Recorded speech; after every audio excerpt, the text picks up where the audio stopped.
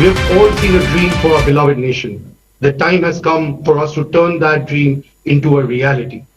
We have the leadership, the resources, and most importantly, the resolve to make it happen.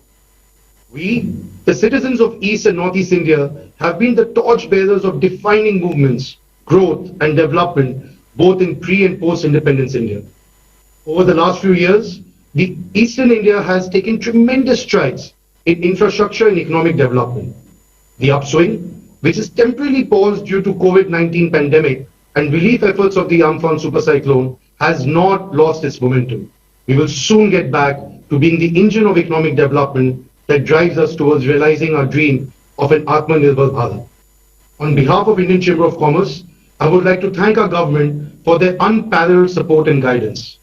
हम सभी इस नव भारत के निर्माण में आपके साथ हैं और आपके मार्गदर्शन के लिए कृतज्ञ हैं। मैं एक बार फिर हमारे आदरणीय प्रधानमंत्री जी श्री नरेंद्र मोदी जी का स्वागत और अभिनंदन करता हूं। Sir, may I now request you to kindly share your thoughts and vision with us. Thank you. নমস্কার। আশা করি আপনারা সবাই ভালো আছেন না? 95 वर्ष से निरंतर देश की सेवा करना किसी भी संस्था या संगठन के लिए अपने आप में बहुत बड़ी बात होती है। आईसीसी ने पूर्वी भारत और नॉर्थ ईस्ट के डेवलपमेंट में जो कंट्रीब्यूशन दिया है, विशेषकर वहां की मैन्युफैक्चरिंग यूनिट्स को, वह भी हिस्टोरिकल है। आईसीसी के लिए अपना योगदान देने वाले आप सभी को इन 95 वर्ष में जिन जिन महानुभावों ने योगदान दिया है, उस प्रत्येक महानुभाव का मैं अभिनंदन करता हूं। साथियों, आईसीसी ने 1925 में अपने गठन के बाद से आजादी की लड़ाई को देखा है, उस लड़ाई को जिया है। सरकारों से मुसीबतें भी झेली है, भीषण अकाल और अन्न संकटों को देखा है, विभाजन को देखा है। विभाजन की उस पीड़ा को आपने सहा है और भारत की ग्रोथ ट्रेजेक्टरी का भी आप हिस्सा रहे हैं। अब इस बार की एजीएम एक ऐसे समय में हो रही है जब हमारा देश मल्टीपल चैलेंजेस को चैलेंज कर रहा है। कोरोना वायरस से पूरी दुनिया लड़ रही है, भारत भी लड़ रहा है, लेकिन अन्य तरह के संकट भी निरंतर खड़े हो रहे हैं। कहीं फ्लड की चुनौती, कहीं लॉकस्ट, जो बंगाल में जिसको पोंगोपा कहते हैं, पोंगोपा का कहर, कहीं ओलावृष्टि, कहीं असम में ऑयल फील्ड में आग, कहीं लगातार छोटे छोटे अर्थक्वेक की खबरें। ये भी कम ही होता है कि पूर्वी और पश्चिम क्षेत्र में एक के बाद एक 2 साइक्लोन्स चुनौती बनकर के आए। ऐसे तमाम फ्रंट्स पर हम सभी एक साथ मिलकर के लड़ रहे हैं। कभी कभी समय भी हमें परखता है, समय भी हमारी कसौटी करता है, परीक्षा लेता है। कई बार अनेक कठिनाइयां, अनेक कसौटियां एक साथ आ जाती है, लेकिन हमने ये भी अनुभव किया है कि इस तरह की कसौटी में हमारा कर्तृत्व, हमारा कृतित्व उज्जवल भविष्य की गारंटी भी लेकर के आता है। किसी कसौटी से हम कैसे निपट रहे हैं, मुश्किलों से कितनी मजबूती से लड़ रहे हैं, ये आने वाले अवसरों को भी तय करता है। साथियों,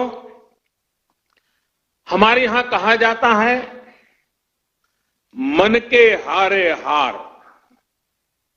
मन के हारे हार, मन के जीते जीत। यानी हमारी संकल्प शक्ति, हमारी इच्छा शक्ति ही हमारा आगे का मार्ग तय करती है। जो पहले ही हार मान लेता है, उसके सामने नए अवसर दूर दूर तक नजर नहीं आते हैं। लेकिन जो जीत के लिए निरंतर प्रयास करता है, एक दूसरे का साथ देते हुए आगे बढ़ता है, उसके सामने नए अवसर भी उतने ही ज्यादा आते हैं और अवसर भी सामने चले आते हैं। साथियों, ये हमारी एकजुटता, ये एक साथ मिलकर बड़ी से बड़ी आपदा का सामना करना, ये हमारी संकल्प शक्ति, ये हमारी इच्छा शक्ति, हमारी बहुत बड़ी स्ट्रेंथ है। एक राष्ट्र के रूप में हमारी बहुत बड़ी ताकत है। मुसीबत की दवाई, मुसीबत की एक ही दवाई है, मुसीबत की दवाई मजबूती है। मुश्किल समय ने हर बार भारत के डिटर्मिनेशन को अधिक स्ट्रेंथन किया है। एक नेशन के रूप में देशवासियों के रिजॉल्व को ऊर्जा दी है, संकल्प को शक्ति दी है। यही भावनाएं आज आईसीसी के आपके मेंबर के चेहरे पर भी और देशवासियों के चेहरे पर भी मैं देख सकता हूं, मैं पढ़ सकता हूं। करोड़ों देशवासियों के प्रयासों में मैं एक नई आशा देख सकता हूं, नया विश्वास देख सकता हूं। कोरोना का संकट पूरी दुनिया में बना हुआ है, पूरी दुनिया इससे लड़ रही है। कोरोना वॉरियर्स के साथ हमारा देश इस लड़ाई में जरा भी पीछे नहीं है। लेकिन इन सब के बीच हर देशवासी अब इस संकल्प से भी भरा हुआ है कि इस आपदा को अवसर में परिवर्तित करना है।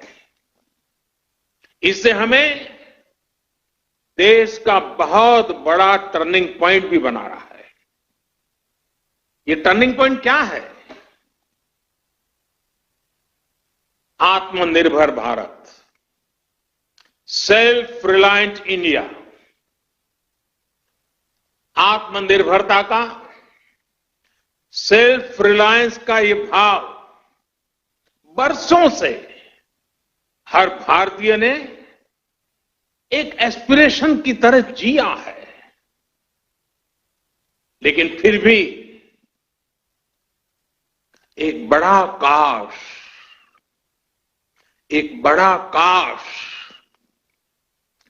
हर भारतीय के मन में रहा है, मस्तिष्क में रहा है। ये काश क्या है? काश हम मेडिकल इक्विपमेंट के क्षेत्र में आत्मनिर्भर होते, काश हम डिफेंस मैन्युफैक्चरिंग में आत्मनिर्भर होते। काश हम कोल और मिनरल्स के सेक्टर में आत्मनिर्भर होते। काश हम एडिबल ऑयल में, फर्टिलाइजर्स के क्षेत्र में आत्मनिर्भर होते। काश हम इलेक्ट्रॉनिक मैन्युफैक्चरिंग में आत्मनिर्भर होते। काश हम सोलर पैनल्स, बैटरीज और चिप मैन्युफैक्चरिंग में आत्मनिर्भर होते। काश हम एविएशन सेक्टर में भी आत्मनिर्भर होते।